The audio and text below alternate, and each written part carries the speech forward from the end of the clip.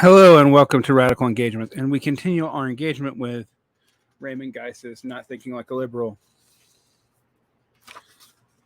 published in, I believe, 2022. Yes.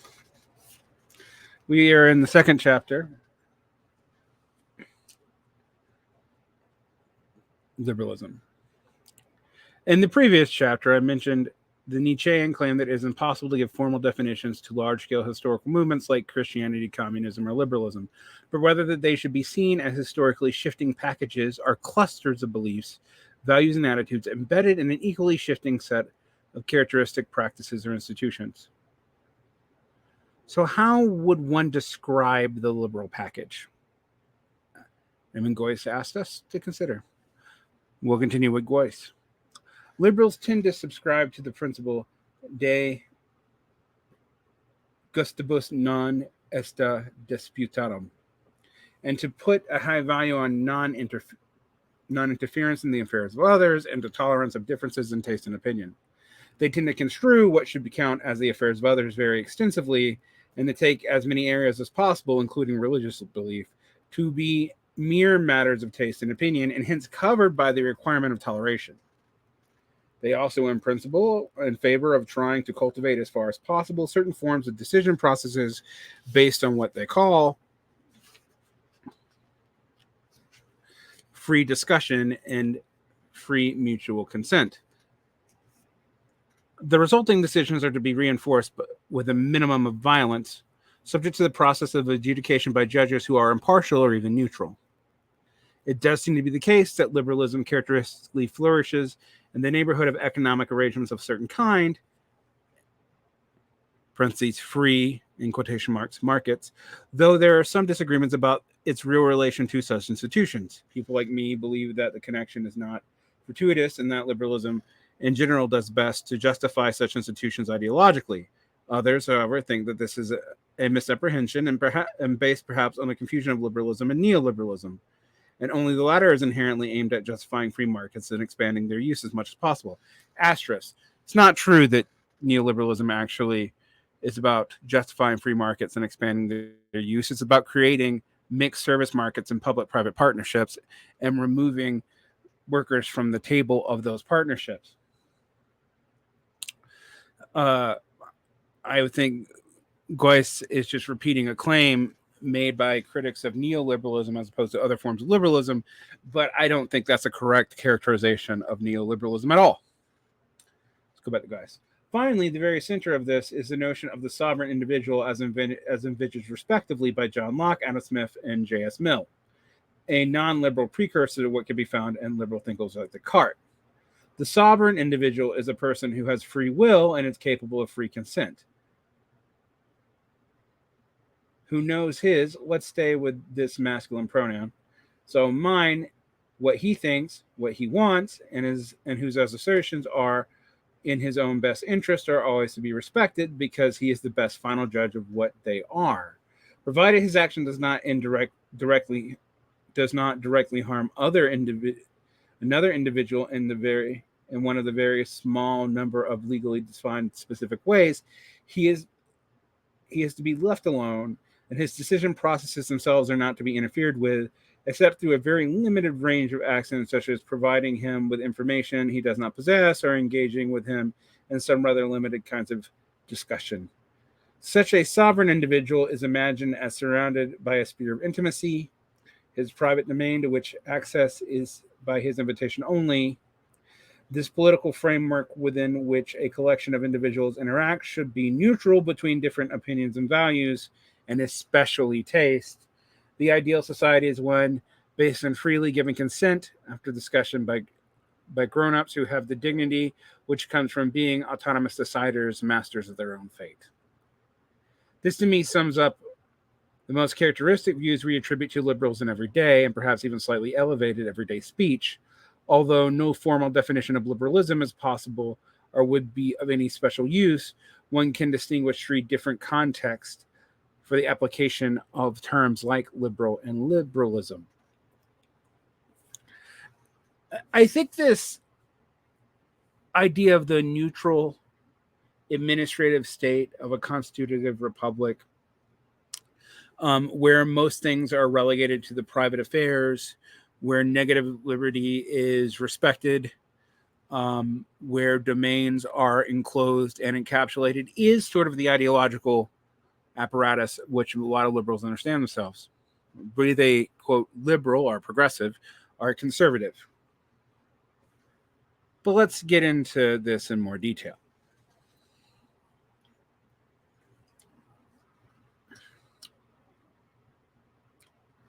One of the three sources which Geuss claims is liberal needs to be understood in three ways, one of which is the liberal as adverbial, symptomatic, and doctrinal.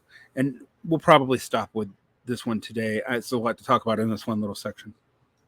First, one might note that there are many older forms of uses of words like liberal, which seem essentially adverbial in their intent, even if syntactically nominal or adjectival. This is just discussing about like adverbs, which are descriptions of what things do, versus adjectives, which are descriptions of what things are like in terms of quality, are nominal, which is descriptions of what things are in terms of themselves. So tautologies. Anyway, liberal refers in the first instance to the way in which certain human activity is performed and is potentially very right in its applications. It means generous and relaxed. Its opposites would include stingy and strict. Very many human activities, after all, governed by rules, are general principles that allow for discretion in their actual application. One can apply them either liberally or, for instance, conservatively, severely, constrictively, or in a stingy way. So the cook in the prison may be supposed to give each person one ladleful of soup, but he can be liberal or stingy in this distribution by making the ladle absolutely full to overflowing or something less than that. The policeman can be said to be liberal in his use of the stick. That is, in cases of doubt, he hits rather more than rather fewer people, and he does not bother too much about counting the individual strokes. Then one can use the term liberal just to mean generally inclined to be tolerant of deviancy, and deviancy being here whatever norm is considered relevant, so that one could even speak of a more liberal member of a military junta, meaning someone who favors immediate unrestricted multi-party elections. So not meaning someone who favors immediately unrestricted multi-party elections, but merely someone who is not particularly intent, as compared with the relative other members of said junta, on pursuing deviance from whatever the norms are considered to be with the greatest possible rigor and severity. So one can use liberal as the opposite of doctrinaire, hardline, or even small-mindedly vindictive. It is worth noting that these uses all seem to be highly relative to some specific context.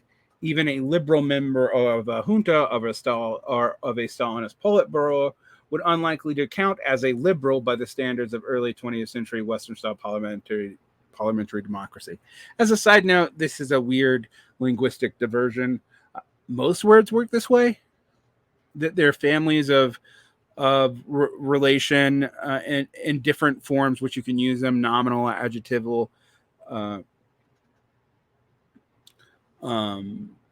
adverbial, etc., which actually have broadly different meanings that are vaguely related to some other nominal form, but not necessarily directly related at all.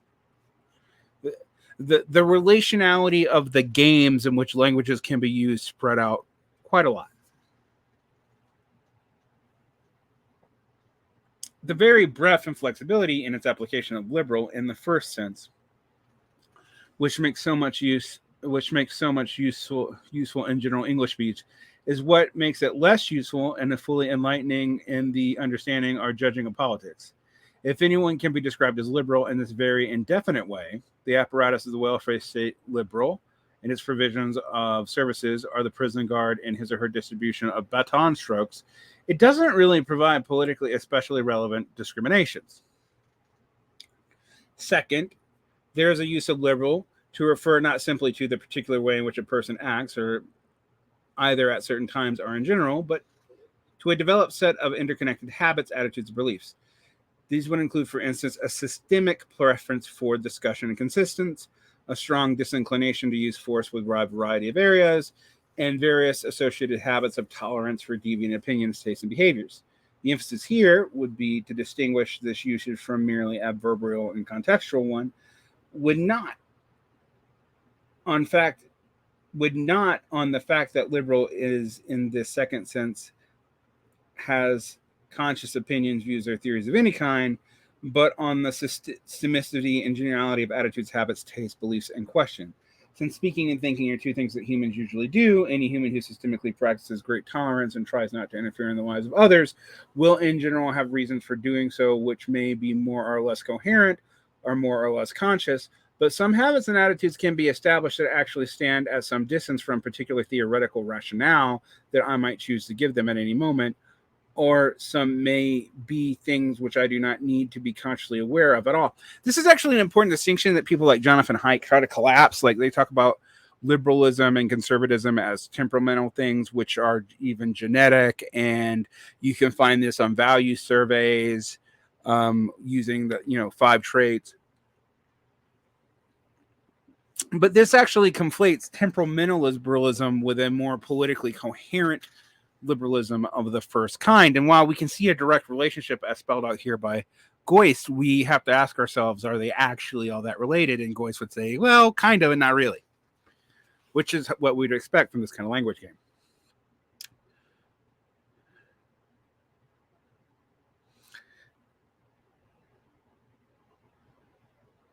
A liberal then would be a person who is systemically inclined to discussion, is disinclined to use force except when absolutely unavoidable, and express human preference of others at face value as a basis for their actions. These will probably reflect an accomplishment of a variety of beliefs and opinions, but they may be constantly shifting and at best fragmentary. Third, liberalism is not used merely to designate one as a member of a frequently found systemic complexes of habits, attitudes, dispositions, and opinions, but a specific doctrine of the kind that has been elaborated and presented by theorists over the ages. In what follows, I am interested in liberalism as potentially articulated doctrine. Given the indeterminacy of human action and the distance at which one often stands from any particular type of individual belief, especially any theoretical belief, it is by no means surprising there will be alternative ways of giving what one might call the ideology of liberalism. Just as there are different ways of conceptualize Christianity or nationalism. Such ideologies are characteristically partly, more or less descriptive of existing practices and concrete beliefs, partially idealizing, partially aspirational, and partially, frankly, completely prescriptive. In some, the utopian element is stronger than in others. Familiar liberal doctrines are those in the English language literature associated with John Locke, Adam Smith, J.S. Mill, and John Rawls and his followers. They differ among several of those various dimensions and are by no means in every respect identical. In this variety, I will have to operate with the ideal type, which focuses on some more central properties shared by many of the different influential specific formulations, i.e., we're trying to find structural or principal similarities, which can be used to make deductive claims about what the affirmation liberalism is. Operating this way, of course, is giving a hostage to fortune, because a particular liberal can always claim that his or her favorite patron saint is really not correctly represented in the ideal type, and thus that my discussion is irrelevant. This is something that one can simply has to tolerate if one wants to get beyond the infinite piecemeal work of discussing only details and thus attain a broader view. Of course, it's perfectly possible, if one puts the mind to it, to decorate liberalism, to use a term very loosely, that it encompasses virtually anything, and the prestige which the term has enjoyed in some places at some times might encourage some people to do just that. Given the basic tendency, since the term is adverbial, as I have mentioned, there is nothing inherently wrong with this. This, however, is nothing more than a fact about the plasticity of all linguistic usage. One can use liberalism as a noun associated with any one of various sensible usages of the adjective liberalism, so it can refer to some general properties of broad-mindedness, open-handed generosity, acceptance of variety, lack of vindictiveness, and perhaps some propensity to prefer gentle and non-violent measures over forceful, energetic, and violent ones. However, here, as I've just stated, I am interested in liberalism as a specific theoretical doctrine, and the reason for this will become clear if one thinks about this question. Could liberalism, in a very unspecific sense, be the object of university courses, make up a part of an explicit program of political parties, and perhaps even play a role in judicial context? Liberalism as an intellectual doctrine was, I had assumed, always supposed to have more of an identity and more of a bite than just a collection of no doubt well-meaning but rather mealy-mouthed platitudes. Liberalism in the vague sense, be nice to each other, don't hit him any harder than you absolutely have to, would not, in other words, satisfy what Sidney Morgenbesser used to call alta hababa criterion of publishability, namely, never try to publish a paper the basic content of which is something your elderly grandmother would be equally well have told you. So we see here a problem of defining liberalism because of liberalism's ubiquity. First of all, liberalism as a doctrine exists in a word that has multiple meanings. That word has meanings beyond its political or political economic context. But there is a grand tradition of which we can call liberalism, which roughly speaking is related to the emergence of bourgeois thought in Europe and post-European settler societies. There are some traits that one might consider positive, a disinclination to use force, except when one is inclined to use force, etc. And one of the things that always frustrates people about liberalism is in entailing what liberalism is, one always has to note how much liberal polities work in exception to any such entailment. But that doesn't mean that the liberalism as a coherent ideological concept makes no sense, even if it's slidey and moves around and can't be specifically delineated, because most movements can't be. An attempt to pin down a definition like that is an attempt to identify a Platonic form. One should not do it with anything that is historically so specific.